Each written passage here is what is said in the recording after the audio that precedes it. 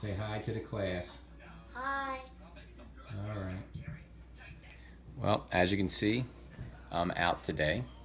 So I figured I'd put together a little video for you to give you some instruction on our Chapter 3 Inequalities. So even when I'm not in class, I guess I can still bother you guys and not give you a free day. But anyway, what we're going to look at here in Chapter 3 are inequalities. So for the most part, I believe you guys have been introduced to inequalities. There's not a whole bunch new here for this section. We're going to do 3 sections today. 3-1, 3-2, 3-3. Actually, I think we're going to do 3-4 as well. So between today and tomorrow, we're going to cover those 4 sections. So here's our notes for these sections. And you guys can take the notes. I'll post them on the e-board. I'll go through, I'll show them on the video, but they'll also be posted on the e-board if I'm moving too quickly for you. All right, so as we get started here, as I said, we're solving inequalities. And what is an inequality? Simply put, just a math sentence that compares two expressions using the symbols greater than, less than, greater than or equal to, or less than or equal to. A solution of an inequality is just any number that makes the inequality true. So inequalities have infinitely many solutions typically, okay? But you show them by writing something like x is greater than 5. That would be showing what numbers are greater than or equal to 5. And we can show that solution through a graph as well.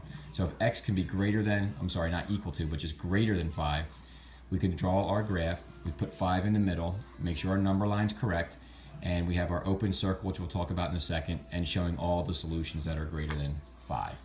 Okay? Another example is sometimes we get confused when the variable's on the right-hand side. So if you have negative 2 is greater than or equal to x. Think about that. What can x be? Negative 2 is greater than or equal to x. If that confuses you and you're trying to figure out what x is, you can flip the whole inequality. So notice, not only do I switch the x and negative 2, but I flip the inequality symbol as well. So instead of saying negative 2 is greater than or equal to x, I can say x is less than or equal to negative 2, and in my opinion, it's much easier to understand. So I can do my graph. Notice I put negative 2 in the middle. This time I close the circle, and I'm showing all values that are less than negative 2.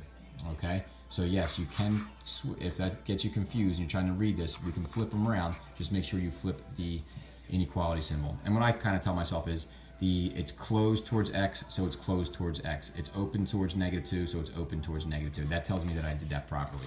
Okay? All right. Moving on. Okay, so when graphing solutions to inequalities, sometimes you use a closed circle and sometimes it is an open circle. And again, this stuff has been told to you guys last year. But if the inequality that you're using is just a less than or greater than, notice we're not including 3, we're not including 6, so it's open circles going in the appropriate direction. When we use a less than or equal to or a greater than or equal to, now we close the circle and we go in the appropriate direction because we're including that as an answer. 50 is an answer here. 50 is less than or equal to 50, so we include 50. Whereas here, 3 is not less than 3, so it's open. Some students ask, well, why don't we just start at 2? Don't forget, you have all the other numbers in between 2 and 3 that satisfy that, like 2.9, 2.7, and things like that, okay? So when an inequality is just greater than or less than, we use the open circle, we're excluding the value, and when the inequality is greater than or equal to or less than or equal to, we use a closed circle, so we include those values. All right, how we doing over there? Everybody paying attention? Nobody in the back's talking over there? All right. So that's pretty much 3-1. And then we go into solving inequalities. And really, guys, if you remember, solving inequalities is the same exact thing as solving equations. So that whole chapter that we just did on solving equations is what we're going to use here for solving inequalities with one rule to remember. And I'm sure you remember what that rule is, okay, which we're going to get to in a second. But as long as you follow that one rule, the same rules apply for that we just used for equation solving. Okay, so we follow the same rules that we use for solving equations. We distribute and collect like terms. We get rid of any denominators if we want to do all that stuff like we were doing before. Then we add or subtract to get all variable terms on one side and all the constant terms on the other, especially if there's variables on both sides. And then we're going to multiply or divide to make the variable coefficients equal to 1. And bam, there's where the rule comes in. Remember, however, whenever you multiply or divide both sides of the equation by a negative value, the inequality sign reverses. Only when you multiply or divide by a negative, not adding, subtracting. That doesn't change it, okay? Just multiplication, division. When I come back on Wednesday, I'll show you why. I'll demonstrate why that's the case. But today, just remember that rule. If you multiply or divide by a negative, flip the sign, okay? We flip the inequality sign. And that's only if you multiply or divide both sides of the equation, not if you're distributing, okay? That wouldn't change the sign. So here's a couple of examples. So we have 5x minus 30 is less than or equal to negative 15. So I would add 30, follow my rules. So I'm adding 30, nothing changes. I divide both sides by 5, bam. I didn't divide by a negative. I just divided by 5. There's my solution is x is less than or equal to 3, and I graph that. Another example, so we have 2/3 x plus 8 is less than 10. So it's a two-step inequality. I'm going to subtract 8 from both sides, and then I'm going to multiply both sides by the reciprocal of negative 2/3, which is negative 3/2.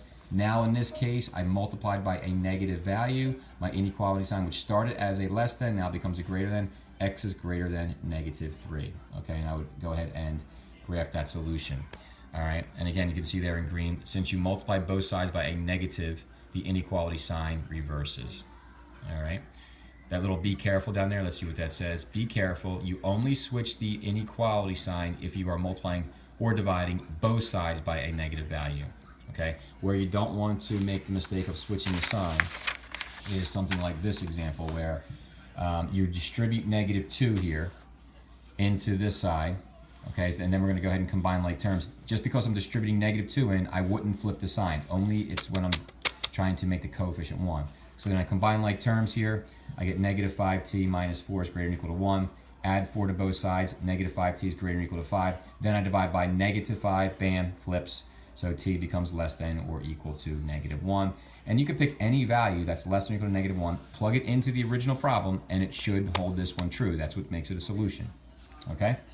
And there's the graph right there of t is less than or equal to negative 1. And of course, to make it one step a little bit harder, we do have special case inequalities. All right? If you remember what the special cases were for equations, it's just when all the variable terms canceled out and you were left with either a true statement or a false statement. Well, guess what? The same thing's going to happen. There's two special cases. Every number works, and no matter what you plug in, it's going to be true. And you're going to see that in this case, you have 10 minus 8a is greater than or equal to. And then if I distribute over here, I basically have the same thing on both sides, just like we did before. I'm left with 10 is greater than or equal to 10, which is true, because 10 does equal 10. Since it's a true statement, no matter what you plug in, both sides are going to be equal to each other, okay? So therefore, you would write solution is all real numbers. Then the other special case is if all the variable terms cancel out, and now you're left with a false statement, okay? Like negative 5 is greater than 7. In that case, negative 5 is not greater than 7, so therefore, there will be no solutions to this inequality. So just like we did before, you look and see if the statement is left as true, that means everything's going to work. If the statement that remains is false, nothing will work. And really, guys, that puts you through, that's it. That puts you through 3.1 through 3.4. So for today, as you guys move forward, I've just put together an assignment for you to do. It seems like it's going to be a lot of work when I show it to you, but quite frankly, you're just writing equations for the first part of it and then solving simple two-step and one-step equations for parts of it, and then you build yourself up into the multi-step. So do what you can do. Make it neat, put it on nice, put it on paper, and I will collect what you have done at the end of the period today, and then we'll go forward from there, okay? And what else? What else? Don't forget to turn in your activity list. That is due today, so that needs to be turned in. I did not get to your test yet. I'll get to them.